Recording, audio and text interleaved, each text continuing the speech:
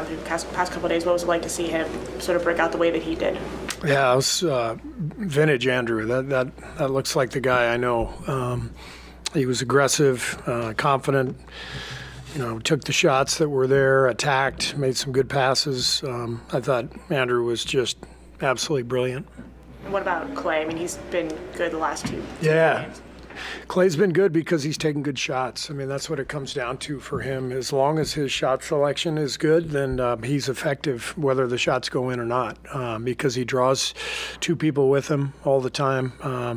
So many times we'll just set a screen for him, and a guy will jump out, and one of our bigs will duck in and get a post up or get a drop off pass for a dunk or a layup. And so I think Clay's shot selection has improved over the last week or two, and that's one of the reasons his game is so much more sound and solid. You had a Trayce out there for an extended time. What did you see from him, and what sort of prompted you to get him that much time? Well, Dario picked up his third foul, so that prompted Trayce's entrance into the game. But we say before every game, we say, let's see if we get Trayce out there. I mean, he's impressive. You see how athletic he is. 14 points and 8 rebounds and 17 and a half minutes. So he was really productive, but he just gives us a different look just with his athleticism. And, tonight he was a real key because as soon as we put him in, he really stepped up and played well. And that's why we stayed with him. Is there a common thread that you can pull to why the third quarter, or when you get these big leads, why they tend to slide? I wish I knew. I remember 5 or 6 years ago, we always would have these great third quarters, and people would ask what we were doing coaching-wise to lead to those great third quarters. And it's like, I'm giving this great speech or something. I wasn't doing anything then, and I'm not doing anything now. We just go in at halftime. We talk about the game plan. We talk about our keys, and I think. We had a great first half, and it seemed to me in the third quarter we had really good shots, and we just missed shots, and they took advantage of a lot of our misses, got out and ran. We weren't great in transition defensively and gave up 35 points that quarter, so everything changed from there. I mean, just sort of bring it full circle, it's not a great scoring night from Steph. What was it like to have Andrew and Clay step up when he...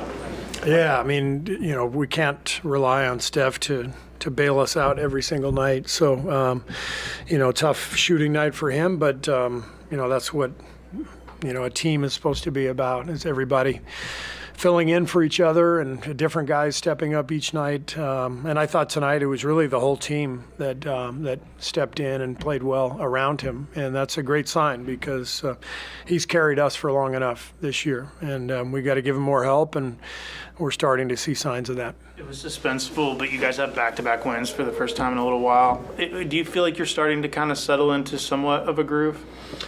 Yeah, I mean, I think we kind of pointed to this part of the schedule, where we have a bunch of home games coming up, and we thought it was really important that we win this back-to-back. So to get last night's game and then to follow it up with another win gives us some momentum, some confidence, and now we've got all these home games. It's a chance for us to make a push and kind of get back in the race.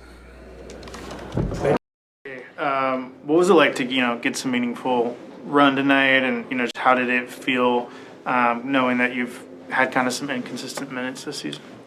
Just always being ready when your name is called. I saw Dario got 3 fouls, and coach looked at me, he said, call my name, and then just getting the most out of the opportunity, just playing hard, trying to help do whatever it takes for my team to win. What was specifically working for you, you think? I think just coverages, just trying to alter every shot, and then just on the offensive end of the floor, being a lob threat, screening, getting guys open, and then just making the right plays in the dive. What does it mean to, get a win on the road on a night where Steph isn't really at his best? I mean, it just shows that we got other pieces on the team. 30's done a lot of heavy lifting. the first half of the season. So having guys step up and just contributing, being ready to play, it's great. And we just got to have more of that and continue it through the rest of the season. Shane, anything on your end? I'm good. You sure? Yep. Okay, cool. All right, Steph and Clay will be in here. Anyways, what's it been like for you? I don't think we've talked to you since you've moved to the bench. What's it been like for you mentally adjusting to that? Because it's been your whole career where you haven't come off the bench. It's different. Different for sure. But it's it's another thing I have to deal with, and I have to just keep fighting and keep playing hard, keep doing the right things, and just believing in myself, and whatever happens, happens. How did you feel going into today's game? Was that on your mind, sort of trying to get back to your normal spot, or how do you approach the game playing off the bench? Of course, I want to get back to my normal spot, for sure, but it could take time. Who knows? It's I can't really, dwell on something that's, the decision made by, somebody. I just gotta keep playing on playing, keep staying aggressive, stay in the gym, and just trying to do the right things. How would you assess your performance overall tonight? What do you think went right? I feel like I played well. I got after it on the boards. Defensively, I feel like I was locked in and stayed aggressive on the offensive end. So it was an okay game. When was the last time, if ever, that you've regularly come off the bench? I know you came off for one game in the playoffs last spring.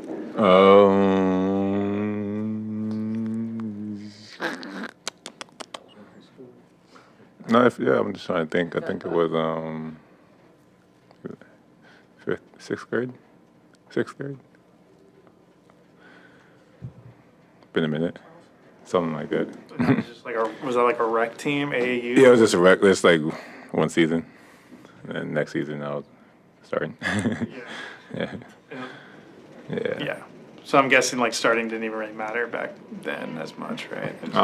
Maybe back then, but it's the NBA. There's gonna be ups, there's gonna be downs. You just gotta stay level-headed. Believe in your work, and stay going after it. What was that conversation like with the coaching staff for you? Maybe emotionally, was it surprising? Was it not surprising? How did you feel about it? It was definitely surprising.